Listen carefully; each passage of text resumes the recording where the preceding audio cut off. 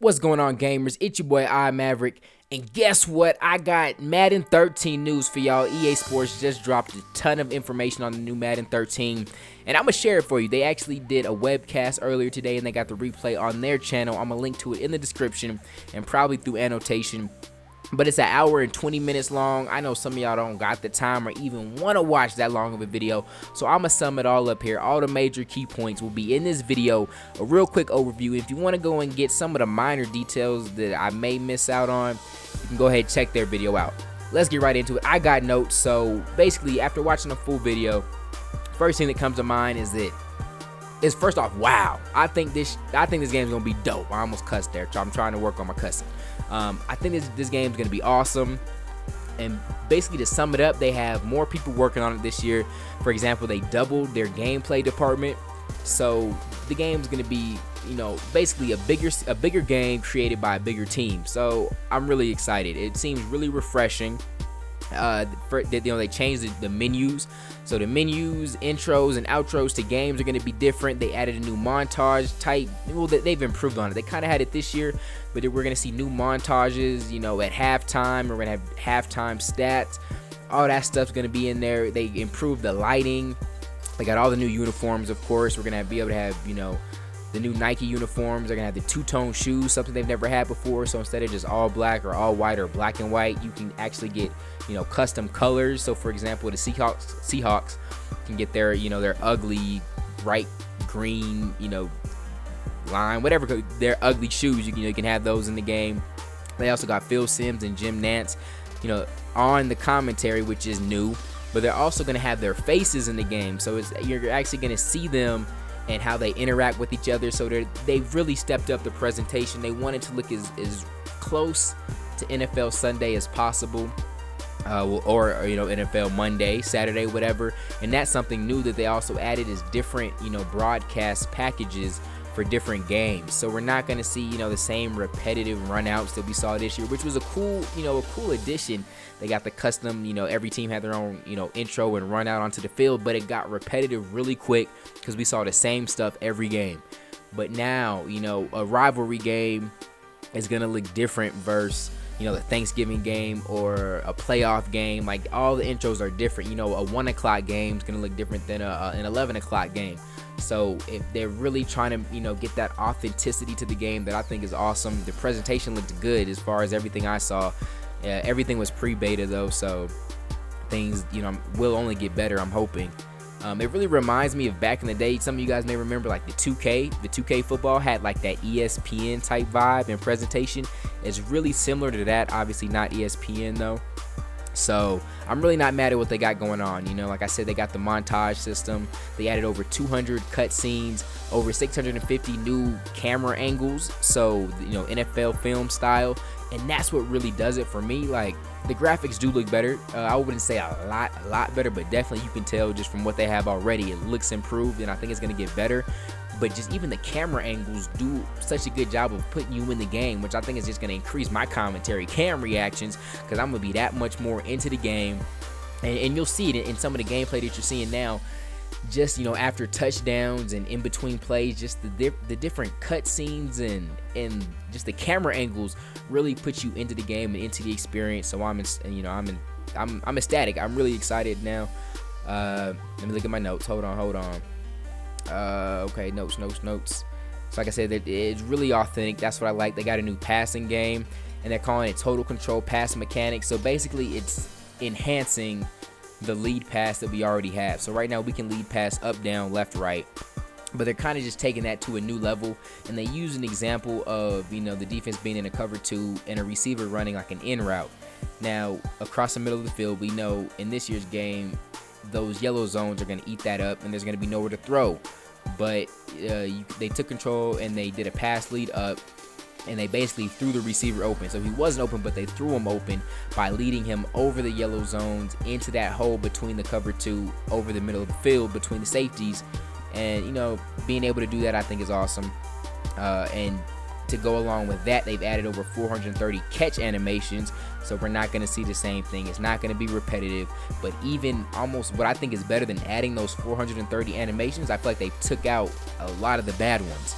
So there was a lot of times where you'd have a defender beat and you throw to the receiver, but because of how he catches it, that defender catches up and makes the tackle, and maybe saves a touchdown. The receivers didn't really seem to catch the ball in stride a lot of the times, and I didn't like that. And it seems like they removed that, so it's going to be a lot smoother. It's just a lot more realistic. So they have over 20 new pass trajectories too. So if you watch the NCAA webcast, they kind of added that to that game too. And so every bullet pass isn't going to look the same. A 10-yard bullet pass is going to look different than a 30-yard bullet pass. You can also put more touch on passes, get your Eli Manning on. I'm happy about that. They got the shovel pass. The deep ball has been sped up, so it doesn't take them 30 years to throw that deep ball. I don't know how many sacks I've taken because I'm trying to, throw that deep ball, and, I end up getting sacked. They also improved the QB avoidance. So this year they had basically it's a 4-point system where you can go up, down, left, right, but they changed it to an 8-point system for Madden 13, and they're saying it's supposed to be more effective in avoiding sacks. So this year I don't use this shit because I don't feel like it works, but they're saying that Madden 13 is supposed to be more effective, and that's good to see. Especially when you're using, maybe with RG3 coming into the game, it'd be nice to be able to, be slick in the pocket and make some nice escapes. And they've also added new dropbacks. But I think what I'm most excited about is the stuff they've done on the defensive side of the ball. They have the read and react defensive AI system, which basically means no more Miss Cleo defenders. If they don't see the ball, they won't react to it.